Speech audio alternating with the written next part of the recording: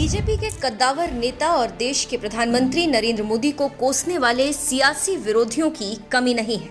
ये विरोध आज से नहीं हो रहा, साल 2002 के गुजरात दंगे के बाद से ही हो रहा है।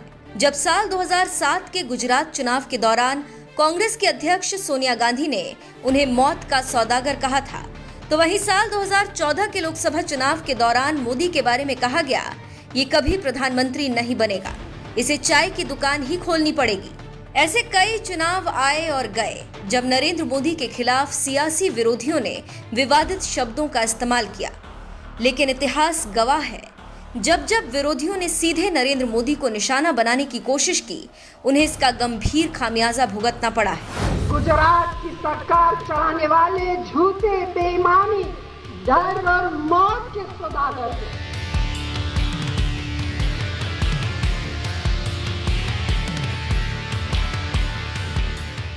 देश के प्रधानमंत्री नरेंद्र मोदी आज एक ऐसे नेता बन गए हैं जो चुनावों में जीत की गारंटी माने जाते हैं, क्योंकि वो आज से नहीं, जब गुजरात में थे तब से चुनाव दर चुनाव में जीत हासिल करते रहे। तभी तो गुजरात के 4 बार मुख्यमंत्री रहने के बाद लगातार 2 बार से वो देश के प्रधानमंत्री पद की जिम्मेदारी संभाल रहे हैं। उन्हें कोई भी सियासी पार्टी अब तक टक्कर नहीं दे पाई। शायद यही वजह है कि मोदी को हराने के लिए उनके सियासी विरोधी हर हथकंडा अपनाते हैं। यहाँ तक कि उनके खिलाफ विवादित भाषा का भी इस्तेमाल किया जाता रहा है। लेकिन 4 चुनाव गवाह है कि जब भी मोदी के खिलाफ विरोधियों ने अपमानजनक भाषा का इस्तेमाल किया, ये उन्हीं पर भारी पड़ा है, क्योंकि नरेंद्र मोदी ऐसे नेता हैं जो विरोधियों के वार को भी हथियार बनाकर उनके खिलाफ ब्रह्मास्त्र की तरह इस्तेमाल करना अच्छी तरह से जानते हैं। 2007 का गुजरात विधानसभा चुनाव, साल 2002 में हुए गुजरात दंगों को भले ही 5 साल हो गए थे, मगर इसके बावजूद 2007 के विधानसभा चुनाव में गुजरात दंगे का भूत छाया रहा। खासकर कांग्रेस इसी दंगे के बहाने मोदी के खिलाफ हमला बोलने की रणनीति अपनाई, और जब खुद कांग्रेस अध्यक्ष सोनिया गांधी चुनाव प्रचार करने के लिए गुजरात गईं, तो उन्होंने मोदी को मौत का सौदागर बता दिया, ताकि उन्हें मुस्लिमों के साथ साथ दंगा पीड़ितों का भी समर्थन मिल सके।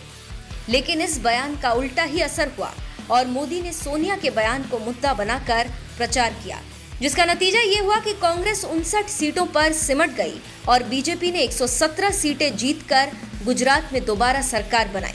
2014 का लोकसभा चुनाव, गुजरात मॉडल के दम पर बीजेपी अब राष्ट्रीय राजनीति में उतरने के लिए तैयार थी। गुजरात में नरेंद्र मोदी की सरकार का काम देखकर बीजेपी ने उन्हें पीएम पद का उम्मीदवार बना दिया और फिर कांग्रेस और बीजेपी के बीच जबरदस्त सियासी जंग छिड़ी, और ये जंग इस कदर निचले स्तर तक पहुंच गई कि कांग्रेस के दिग्गज नेता और पूर्व केंद्रीय मंत्री मणिशंकर अय्यर ने कह दिया था कि ये कभी प्रधानमंत्री नहीं बनेगा, इसे चाय की दुकान ही खोलनी पड़ेगी।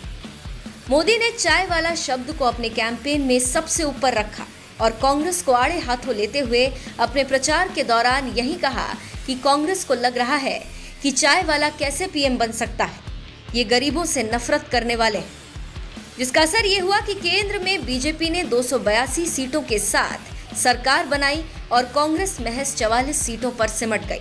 2017 का गुजरात विधानसभा चुनाव, नरेंद्र मोदी अब देश के प्रधानमंत्री बन चुके थे, लेकिन इसके बावजूद गुजरात में उनका प्रभाव कम नहीं हुआ था। बीजेपी ने गुजरात विधानसभा चुनाव भी मोदी के चेहरे पर लड़ा।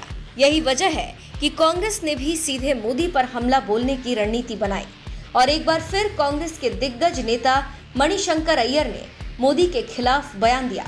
इस बार उन्होंने पीएम मोदी को नीच किस्म का आदमी कहा, लेकिन पीएम मोदी ने अय्यर के इसी बयान को अपना हथियार बना लिया और इसे गुजरात के अपमान से जोड़कर खूब चुनाव प्रचार किया, जिसका असर ये हुआ कि 182 में से 99 सीटों पर बीजेपी ने जीत हासिल कर सरकार बनाई और 77 सीटें ही जीत सकी।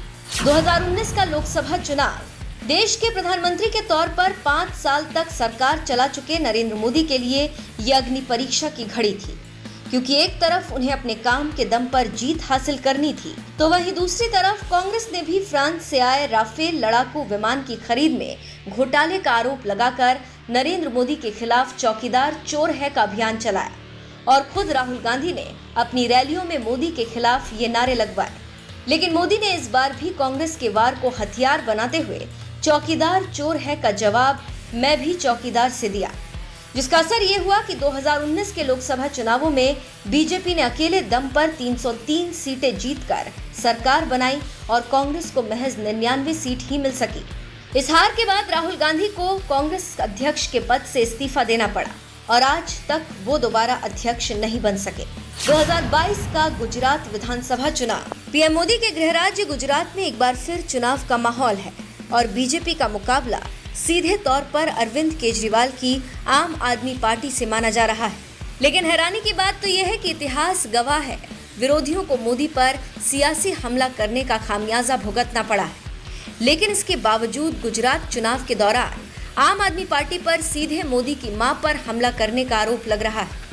गुजरात आम आदमी पार्टी के अध्यक्ष गोपाल इटालिया की एक वीडियो वायरल हो रही है, जिसमें वो पीएम मोदी को नीच और उनकी मां को नौटंकी बाज कह रहे हैं। आप नेता गोपाल इटालिया के इसी बयान को लेकर बीजेपी ने मुद्दा बनाना शुरू कर दिया। केंद्रीय मंत्री स्मृति ईरानी ने तो इमोशनल कार्ड खेलते हुए यहां तक कह दिया कि हीराबेन का कसूर सिर्फ इतना है कि उन्होंने मोदी जी को जन्म दिया और उल्लंघित मर्यादाओं को इस कदर एक नई परिभाषा देना, जिसमें आम आदमी पार्टी का एक नेता एक 100 वर्षीय महिला का अपमान इसलिए करता है क्योंकि उस मां ने एक ऐसे बेटे को जन्म दिया जिसने देश का आशीर्वाद पा प्रधान सेवक का दायित्व का निर्वाह किया। अरविंद केजरीवाल भली भांति जानते हैं कि उनके गुजरात के ये नेता हिंदू समाज का अपमान करते रहे, मंदिर में महिला की भूमिका पर मर्यादा से परे हटकर टिप्पणियां देते रहे और अब आम आदमी पार्टी के इस नेता ने प्रधान सेवक की 100 वर्षीय मां का अपमान मात्र इसलिए किया क्योंकि वो अपनी राजनीति चमकाना चाहते हैं।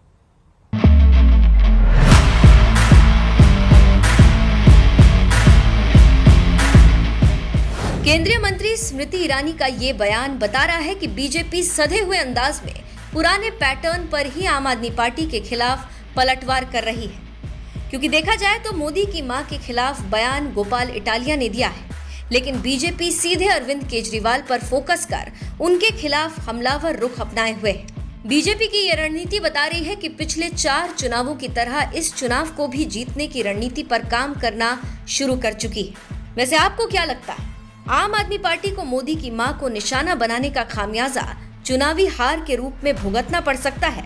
अपनी राय हमें कमेंट कर जरूर बताएं।